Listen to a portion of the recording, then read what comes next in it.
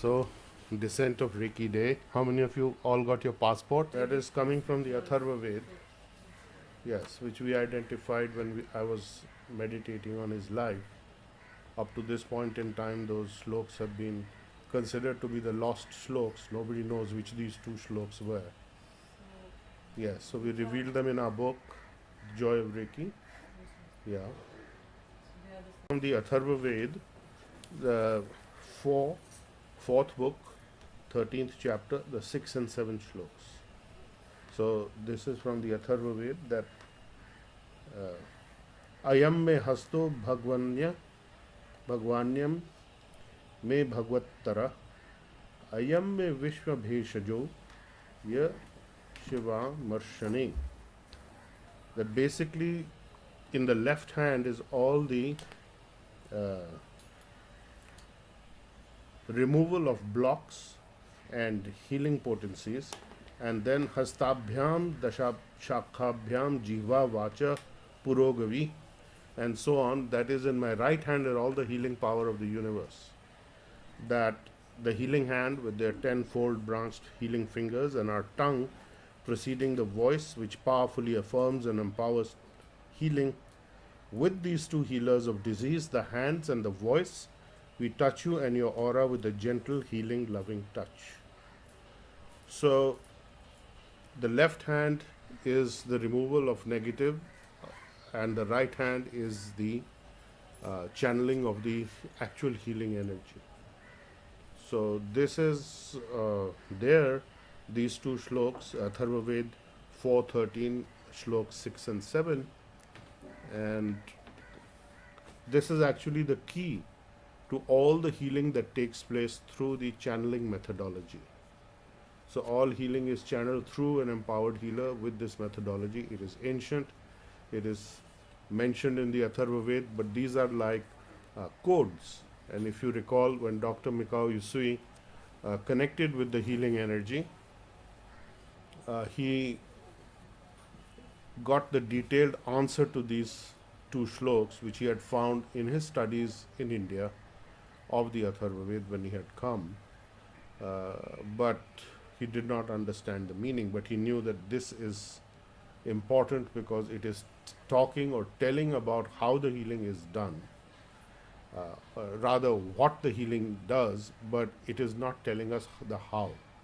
So the how he received through his meditation on Mount Kuriyama in his journey, and that's how he got the information, and the shloks conveyed all the information to him, and then he further uh, utilized this to propagate the healing system of what he called Usui Shikiri Yoho, the natural healing energy form of the Usui school. So that is how this developed. Yes. Sir, did Master Takata, did she teach? So I was reading on the internet that she had 22 Reiki masters, and Yes. she taught everybody in a very Different way. way. Because the healing energies reveal themselves. Like, for example, when we first started giving the attunement to the Reiki masters, we had received the process from our Reiki master, but over time it has evolved according to the guidance that we get. So what attunement we do now, we didn't do that many years ago. It's a different process. So she gave them different method for the same reason. So it becomes easier, or let's say it's a more efficient way of attuning than when we first got, and that would be because of the position of the master himself or herself, that was appropriate at that time, and now a different methodology is more appropriate and more fitting the energies that the master is channeling. So it's an evolutionary process in that sense also. It's not static. But the danger here is that I have seen that some Reiki masters that we created have invented some really concocted ways of doing the healing and had some very disastrous effects. In fact, one of them died at a very young age, and much of that was the offense that he created by adding all kinds of tantric symbols to amalgamate them in this process, and that was not approved. So maybe he cut short his time here by getting rid of his karmic owings and whatever it was, but it was not a good thing. So one of his students once came and told me and showed me the manual. So I said, "You please burn this. Do not use this. We will give you the authentic symbols, and if you like, you can use them." But I don't think she came back. So like this is very difficult. So we had taken a decision. We are not going to create Reiki masters for a long time now until we feel that the time is right or we get the guidance. But because even the existing Reiki masters who do associate, they are also kind of little bit unsure, uncertain.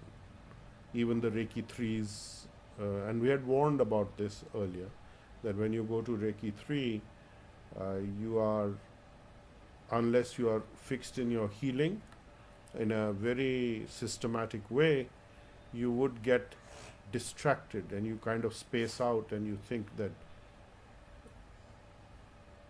you are floating in an unreal kind of a world and this world is an illusion. You get into a Mayavadi kind of situation, which is also not very good because that prevents you from executing your duties uh, in the now, in the present. And duties are very important to understand because duties are actually karmic debts.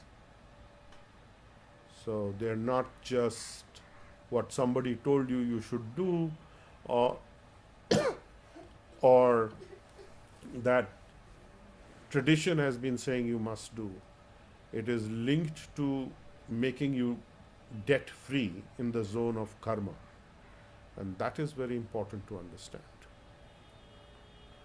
So you need to be a little careful with this. So the problem is when person becomes like so-called independent Reiki master and stops associating, or a healer, any healer, and he stops associating with the group, stops associating with the master, stops associating with the body of the healers, they are going to definitely run into trouble. So this is why our effort since last year, well, for many years, but it is actually, we have taken some stringent steps last year to ensure that the healers come together without the fear, without the anxiety, without the negative energy that was preventing them from actually associating and developing power and strength. Because on your own, you have a certain amount of power. Two of you, three of you, five of you makes you very powerful. And I want that. I want that you should associate with like minded healers. I'm not saying that you should become bosom pals or buddies, not necessary. But if you associate together for a common objective within certain limitations of people who are like minded, and it's not that you'll find everybody like minded within the group because everybody has a different mindset. They have a different personality, they have a different way of looking at things. But certainly within the few hundred people that who are in Delhi who are still closely associating, you can find people who are like-minded, and it's not necessary that all the time you are doing some heavy-duty healing, that only you meet for healing. There is social life also. There is personal life. There is, areas in your life where you have problems and you have issues, and you need friendly help.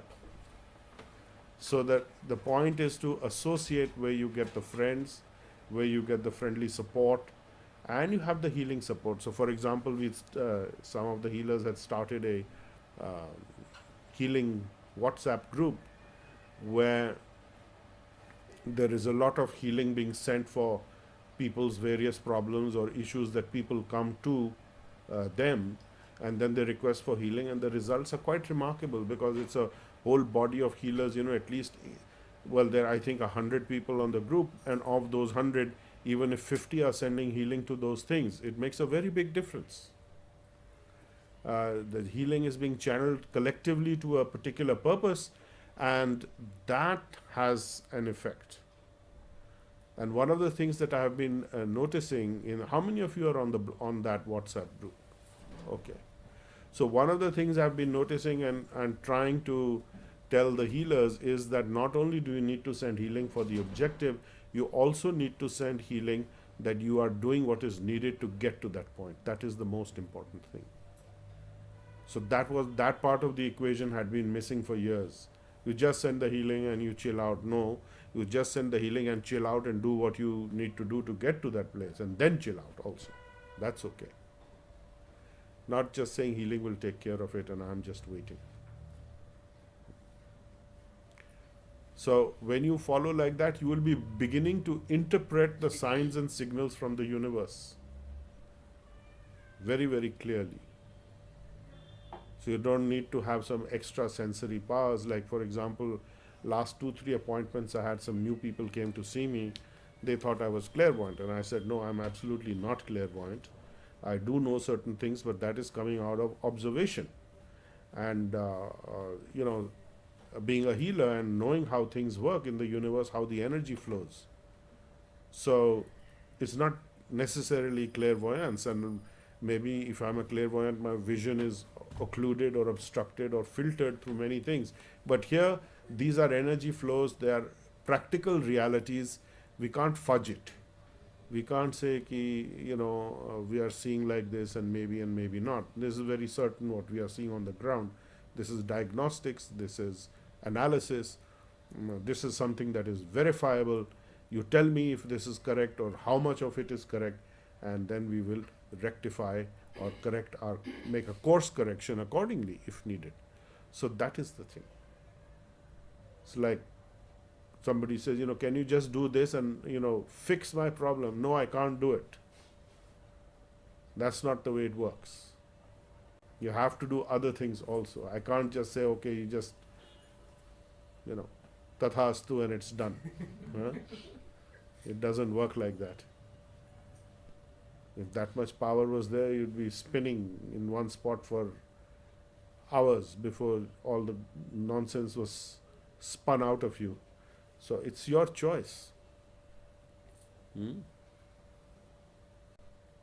So one of the things that you get with this is that you become free from fear and anxiety of the inability to deal with the situation.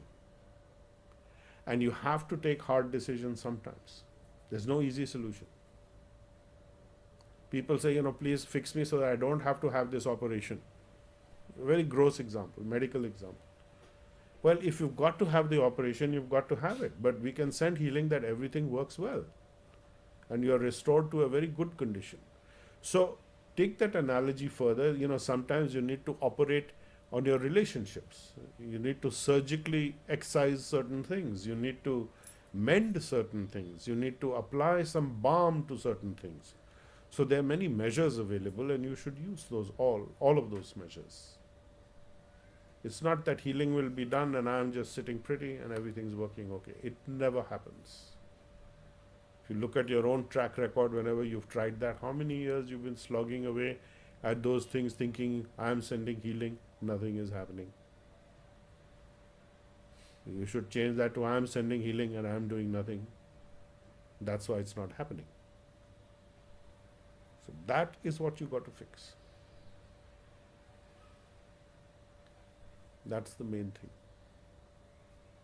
So get together, associate with each other up to the point that you are comfortable. And remember, people in any society, whether it's a group of healers or it's a larger society, people are coming with different motivations. Krishna says, there are 4 types of motivations that people approach him with. Arthartharthi, Jigyasu, Jnani. All motivations are welcome. They're all motivated. They're all materially motivated. Why not? There's nothing wrong with that. He says, at least come. Person is in physical, mental, bodily pain, emotional pain. Person who's in financial pain. Person who is curious. And one person who is actually knowledgeable. 4 types. So you'll find these 4 motivations constant in terms of searches for the spiritual truth, in searches for executing benefit for your life. Nothing wrong with it. People say if you are spiritual, you shouldn't be, material constraint should not be there. What nonsense are you talking? There's an infrastructure required to deliver something, so there has to be some energy exchange. Principle of Reiki. First practical, second practical principle of Reiki, there must be energy exchange. You must empty yourself in order to receive, whether it's knowledge, preconceived ideas, something you've dealt with or talked about. You must empty it in order to receive. If your glass is full, nothing is going in for a long, long time. I once demonstrated this to our children. They were very young, 7 years old or something, and sitting on the table, and they were talking about getting spiritual knowledge. So I said, okay, I will show you. And they had a lot of questions and so on. So I said, okay, let me demonstrate. Get me a glass of water. They filled it up. This is going to spill over. I said, okay, let it be right up to the top. And I said, okay, now here's Ganga Jal, put it in it. Tell me how much goes in. Oh, it's spilling, it's going out all over the table. I said, yes. I said, why is it not going in? It's because the glass is full. I said, yes. When will it go in? When the glass is empty. Or you keep pouring so much Ganga Jal that eventually that whole water is replaced. So that will take a long time. So that washout will take a long time. But if you empty yourself voluntarily, if you empty the glass, receive something, think about it, work with it, and see if it is taking you in the right direction. If you look at it, the central point of all health position, even before you get to spirituality, is health. Ayurveda says that indigestion is the mother of all disease. So if you expand that to the highest level, you will find that even spiritual indigestion is coming from there. Because you have taken on something which you can't really be. I mean, your hara, your false ego, is saying, I am a controller, I am the controller. That's indigestible to you, so you're going to have a disease. And that's the material disease, that you need to come to the material universe, and you need to work out your karmic consequences accordingly. So that's how that works. People say, I just want to do meditation, I want to be in that space somewhere flying high. Well, take a plane from Bombay to Delhi or Delhi to anywhere. You'll fly 30,000 feet above, and then you do what you want over there. So, fly high. Ultimately, you have to come down to the ground one way or the other. Hopefully, it's going to be a peaceful landing. Sometimes it's not. So, you have to be careful. So, these are all parts of life. They cannot be ignored. So, then I ask you, what is spiritual life? I mean, what does it mean to you, the practical aspect of spiritual life? What are you looking for? Yeah, you are looking at not having binding consequence karma while doing the healing, but at the same time, what is it that motivates you or that occupies your mind the whole day? Yeah. Thank is equality. Gratitude is a very humble position. Okay. Yeah. So we have changed that last year. The Hindi version of the attitude of gratitude always had that. And for the longest time we tried to change it to in the English version, but somehow it never happened till last year. So it is actually gratitude. What is the Hindi version? मैं अपनी ओर कृतज्ञ हूँ, मैं recce की ओर कृतज्ञ हूँ. कृतज्ञता, gratefulness, gratitude, not indebted, not in a state of debt, because Reiki is not a debt-full situation. It is a gratitude-full situation. So that's all that's required. I mean, that is the Rag Marg. That is a spontaneous devotional service. It's just flow with the energy, but you have to actually flow. You have to be in that space. And you can't be in that space unless you are free from fear. So where there is fear, all this thing doesn't work very well. Then you fall back on method. And if you can't maintain the line at method, then you fall back into superstition. And then you get back into approaching the demigods. In fact, it's very interesting. We are studying the second chapter of the Bhagavad Gita, which is a complete synopsis of the entire subject matter of the Bhagavad Gita. And it is a revolutionary chapter. It is a leftist movement. Krishna is seriously a revolutionary. He's saying forget about the Vedas. Yeah? He's saying forget about going to the demigods. And later on he will expand on this. So he's saying the Vedas he compares to a small well of water as compared to the large body which is a person who is actually in realization of the truth. So whatever purpose can be served by a small body of water can be served by a larger body. That is the text. The small body is the Vedas. He says, don't get into these rituals. He spends the longest time trying to tell Arjun, get out of this ritualistic thinking. Hmm? Don't get into it because it's not going to take you anywhere good. There is the Karam Kand section. He says, give up the Karam Kand section. Go and read the second chapter of Bhagavad Gita. Tell you exactly how to live your life. And we are starting chapter 3, I think, this week perhaps. I think we finished last time. And that is about Karma Yoga. So it follows very naturally from that what is it that you must do? Action. But the action has to be in divine consciousness, and for that. So that now this is a perfect exposition of what we are trying to explain and what we are trying to achieve as healers actually. So this is a very important thing for healers to visit with this. And yeah, anyone can log into it. It don't have to be a healer. It's oriented towards everyone. I am calling this series Bhagavad Gita for all. It's not limited for anyone, and it is for this time and this age and for this troubled time also, you can say, for people in any situation in their life. It's not some theoretical thing, it's 5,000, 6,000 years ago, Krishna said this, wonderful. And those times are not there. We are very much there in those times, and the advice he's giving and the teaching he's given is absolutely bang on for what's going on today. So if you hear those lectures, you will understand that. So that's a very good additional support to guide you. So the key important thing about the descent of Reiki is that this is the day when the energies start manifesting in a form ready to spread into the physical consciousness of all beings. And it first comes in the energy field, so that was somewhere around maybe 200 years ago that it came out in this form, gradually coming. And then today it is now very much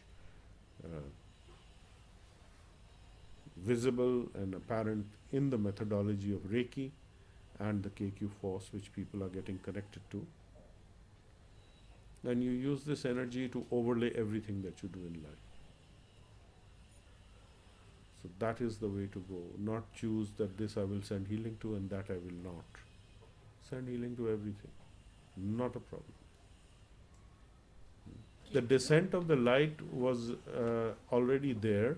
Master Mikao, you see, was the receptacle through whom it spread into the universe in this cycle. The KQ energy is the crown chakra energy of the divine, and the Reiki is the heart chakra energy. And these energies have always been there. It's not that Dr. Mikao, you see, was the only one who had it. Jesus Christ definitely had it. He was channeling this. He was channeling a huge amount of heart energy. They've been there. They've been free floating and finding pathways. Some people have tapped into them, or have been the channels, or have been the chosen channels, you can say. And now it's spreading. It has to spread everywhere. His birthday is on the 15th of August. So we will celebrate 15th of August as his birthday, or his appearance day. And today, 4th of February, is the appearance day of the Reiki energies into the aura of the society today on a widespread form. Through Mikao Yusui. No. The energy is already there. Preceded Mikao Yusui. The energies are always there in advance. So today is a day we are welcoming those energies, and on the 15th of August, we will welcome the appearance day of Master Yusui, who actually put it into a usable format for people. That he channeled that energy and then he conveyed it in a form where everyone could actually use this energy. When the energy manifested itself in the aura form of the society, not everyone can access it and use it the way that it's being used. It needs a spiritual master to channel that energy and explain how it works and to give the empowerment. So there may be a few souls who come who get the empowerment, then it's their duty or job or their option whether they want to convey to others. Because otherwise it's not happening. Because always there has to be uh, the 10th chakra, the 10th crown chakra, where the linking has to take place between the ninth and the 11th. The 11th is the spiritual, and the ninth is the individual, and the 10th chakra is the spiritual master. So that bridge has to be there. So those of you who do KQ, you know H11, H10, H9. So in the normal form, we would say the 7th crown chakra. Then the one above that is the spiritual master, which you would count as 8. And then the divine is 9. So here it is 9, 10, 11. That way. Because we count the chakras a little differently. How was it ascertained that this was the day that the energy came? Yes, because you said it preceded Dr. Yeah, because the universe comes with Reiki. There was never a day when Reiki was not. But this is the time when it revealed itself on a large scale. Huh? See, before there is a physical manifestation of a vessel that will actually channel this energy and take on that position. So that is how it happens. So we are celebrating this as the appearance day of Reiki, you can say, in manifest form. It's not that Reiki suddenly appeared. Let's not understand it that way. Reiki always appeared. This is the descent of Reiki coming to help mankind. And this aspect of it was about somewhere around the 1800s, 1801, you can say, I think. You will refer to the book, we have given a date, I think it's 1801. So anyway, that's not so important. What's important is that this is a descent of Reiki day where the energies are manifesting freely in a magnified form. And also you must remember, in the spiritual world there is no time zone of past, present and future. So Mikao Usui is present also. So it's not that he is not here or he did not come with this, because in the spiritual time zone there is no past, present and future as we know it. So it gets a little complicated. So let's keep it simple. That basically they are here together, but today we are celebrating the descent of Reiki more. We are of course very grateful to Master Usui for channeling this in the form that is we know as the Usui Shiki Ryoho, the Usui School of Natural Healing is what Usui Shiki Ryoho means, which is on all your certificates, or Usui Ryoho Shiki, whichever way you want to speak it.